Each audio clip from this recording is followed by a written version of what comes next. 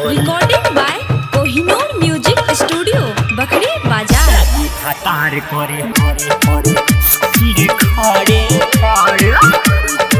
लगी हतार करे ससुरा में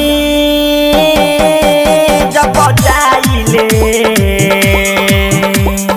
पिया बाकी हाल बताइले थकी रोजे पाजा मादी रोजे माजा जुआ जाला हमरे डर रे लागे भातार करे सखी रे खड़े खड़े लागे भातार करे सखी रे खड़े खड़े ससुरा में जब जाइले पिया बाकी हम बताइले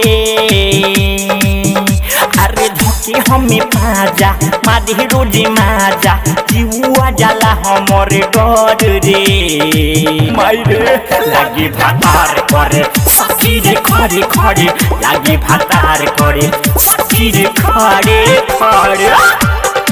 लागे भातार करे मिक्स बाय अनिल आनंद सिरीडी। सखी रे खड़े खड़े दिल के सखी ओकरा पानी जाना ना खास रे से जुप हमारा संगे सुते ना एको दिन पास रे अब कहाँ जाइए दादा।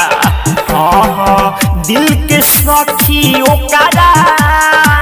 पानी जाना ना खास रे से जुप हमारा संगे सुते ना एको दिन पास रे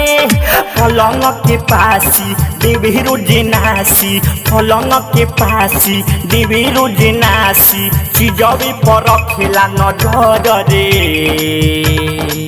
लागी भातार करे सखी रे खड़े खड़े लागी भातार करे सखी रे खड़े खड़े लागी भातार करे खड़े खड़े recording by Kohinoor music studio Bakhri Bazar. Writer सैया नीरज करेला राजा खूबे प्यार हो अनिल आनंद छुए छूटे पसीना तोरे तर हो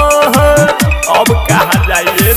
आहिरे दादा। राइटर नीरज सैया करेला राजा खूबे प्यार हो अनिल आनंद छुए छूटे पसीना तोरे तर हो कन्हैया साहेब दीपू दिल्ली पया बीटू कन्हैया साहेब दीपू दिल्ली पया बीटू घूमे रोज रोहिता शहर रे लागी भातार करे सखी रे खड़े खड़े लागी भातार करे सखी रे खड़े खड़े लागी भातार करे सखी रे खड़े।